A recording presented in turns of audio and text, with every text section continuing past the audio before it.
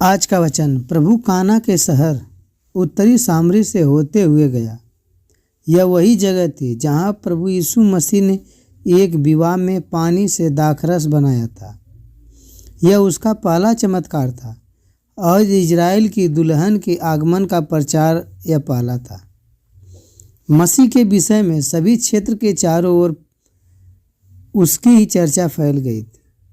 सब जानते थे कि वह उत्तर की ओर यहूदियों से आ रहा है, उत्तर की दिशा से, और यह किसी भी दिन गलील से आ पहुँचेगा।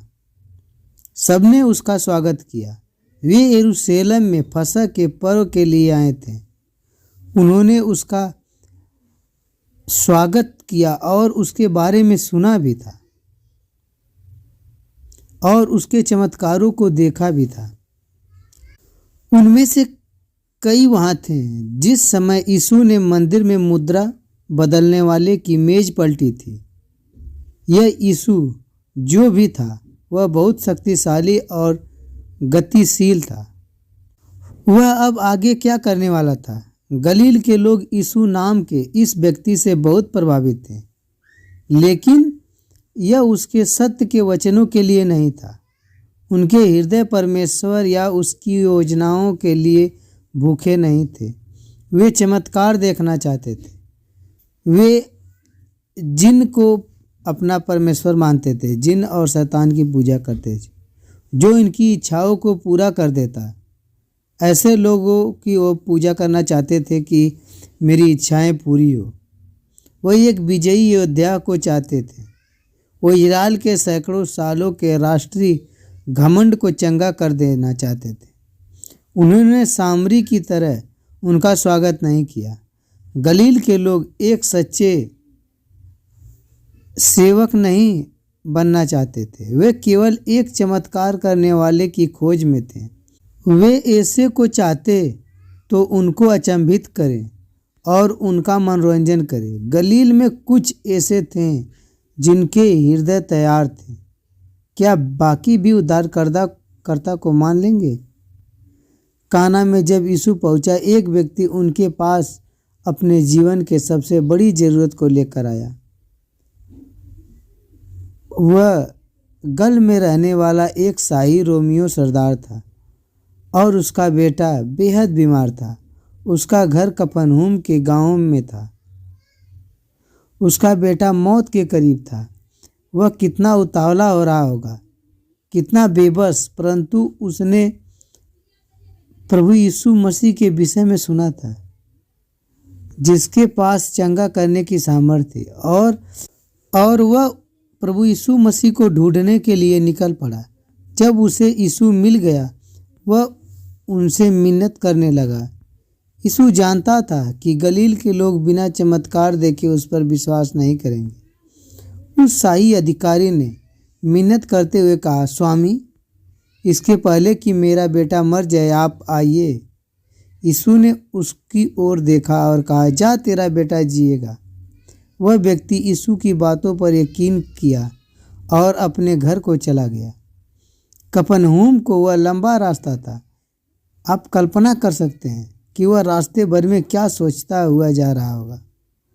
वह अभी दूसरे दिन रास्ते में ही था जब उसके सेवक लोग उसे मिलने के लिए आ गए और अच्छी खबर लेकर आए थे। बालक जीवित था। उस व्यक्ति ने उनसे पूछा कि बालक किस समय ठीक हुआ। उन्होंने कहा, कल लगभग दिन के 7वें पहर। यह दोपहर के 1 बजे का समय था। उस व्यक्ति को याद आया कि उसी समय यीशु ने उसे कहा था कि जा, तेरा बेटा जिएगा। परमेश्वर ने उस चंगाई की घड़ी का उपयोग किया ताकि वह प्रमाणित हो सके कि यह वास्तव में यीशु का चमत्कार है। आप कल्पना कर सकते हैं कि वह अधिकारी घर जाने के लिए कितना उत्साहित हुआ होगा।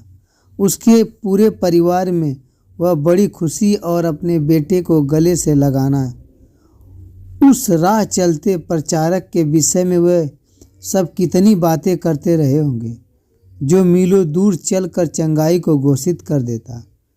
इस अधिकारी के सब घर के लोगों ने वह अद्भुत कहानी को सुना कि क्या हुआ था और यीशु पर विश्वास करो। यीशु इसके बाद उस क्षेत्र में कुछ और समय रुका। जब वह प्रचार करने लगा, वह यहूदी मंदिरों में गया और लोगों को सुसमाचार सुनाने लगा। यह वह मंदिर थे जहाँ यहूदी लोग शब्द के दिन आराधना के लिए तैयार किए जाते थे। वे गिरजाघर की तरह ही होते थे। वे उपासना करने वाले नगर फरीसियों के बनाए गए थे ताकि वह यहूदी लोगों को परमेश्वर के वचन सुन सकें। आदरणीय यहूदी पुरुष उस पुराने नियम के पवित्र पुस्तक से पढ़ते थे और वफादार यहूदी लोग बैठकर परमेश्वर को वचन को सुनते थे। अब प्रभु आ गए थे और उनका पहला काम था कि परमेश्वर के बच्चों को इतिहास के उस बड़े काम के विषय में बताएं। नया समय आ गया था और उनके हृदय को तैयार करना जरूरी था। उद्धार का दिन आ गया था। पुराने नियम की भविष्यवाणियाँ उनकी आंखों के सामने पूरी होने लगी थी।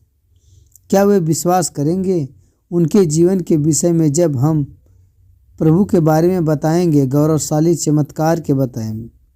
वे यीशु के अधिकार के विषय में बताएंगे किसी को जो उसने शैतान की ताकतों पर किया है, जिन्होंने उसके समय में लोगों को सताया था और उसकी सृष्टि के ऊपर महान शक्ति के बारे में अद्भुत और सच्ची कहानियाँ होगी।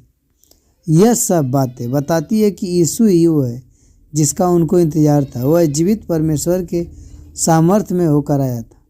हम भी उसके प्रचार किए हुए वचनों को सुनेंगे। भिन्न भिन्न लोग और भिन्न भिन्न तरीके से यीशु की ओर प्रकृतियाँ दिखाएंगे। पहले तो गलीली यीशु से प्रसन्न रहते थे। वे चिन्ह और चमत्कार देखना चाहते थे और उसकी सामर्थ्य को देखकर बहुत आनंदित होते थे। परंतु क्या वह उस पर विश्वास करेंगे? हमें भी एक अवसर मिला कि हम अपने विश्वास को उस पर डालें